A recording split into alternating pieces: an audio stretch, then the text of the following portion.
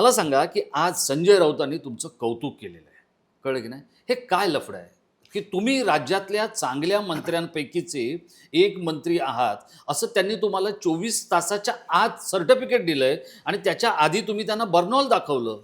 हे काय आहे म्हणजे काय संजय राऊत तुमचं कौतुक करायला लागलेत? काय महाराष्ट्राचा होकायंत्र काही बदलतंय? वारे वाहत वेगळीकडे काय वाहत आहेत?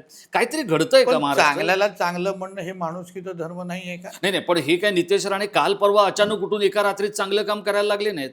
ते देवेंद्र फडणवीसांनी घेतलेल्या परीक्षेमध्ये त्यांचं मंत्रालय पहिलं आलं. त्याला आता किती दिवस झाले, बरोबर आहे? आणि इथे तासातासाने सिच्युएशन बदलते, निर्णय बदलतात. मग संजय राऊतांना बर्नॉल दाखवल्यानंतर तुम्हाला गुणवत्तेचं सर्टिफिकेट द्यावं असं का वाटलं?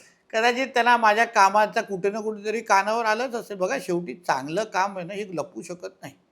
कर्तृत्व हे कुठे ना कुठेतरी लोकांच्या समोर बाहेर येतच राजेजी. म्हणजे कोणाला Backbencher आहे. काळ्या पाण्याची सजा द्यायची बस, असेल बस, बस. तर हे खाते द्या. पण मी आदरणीय मुख्यमंत्र्यांचे आभार मानतो की त्यांनी एकाच आमदाराला हे दोन्ही खातं दिले. कधी कधी काय दुसरंही असायचं, त्याचे एका तुकडे पाडून दिले व्यक्तीला बंदर खातं आणि दुसऱ्या व्यक्तीला मत्स्य खातं.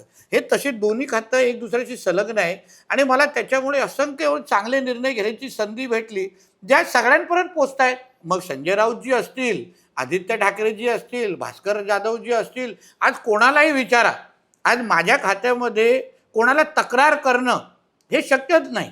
आज विधिमंडळामध्ये पण माझ्या खात्यासंदर्भात प्रश्न वाढलेले आहेत, जे मला असं वाटतं ते कौतुकाची गोष्ट आहे.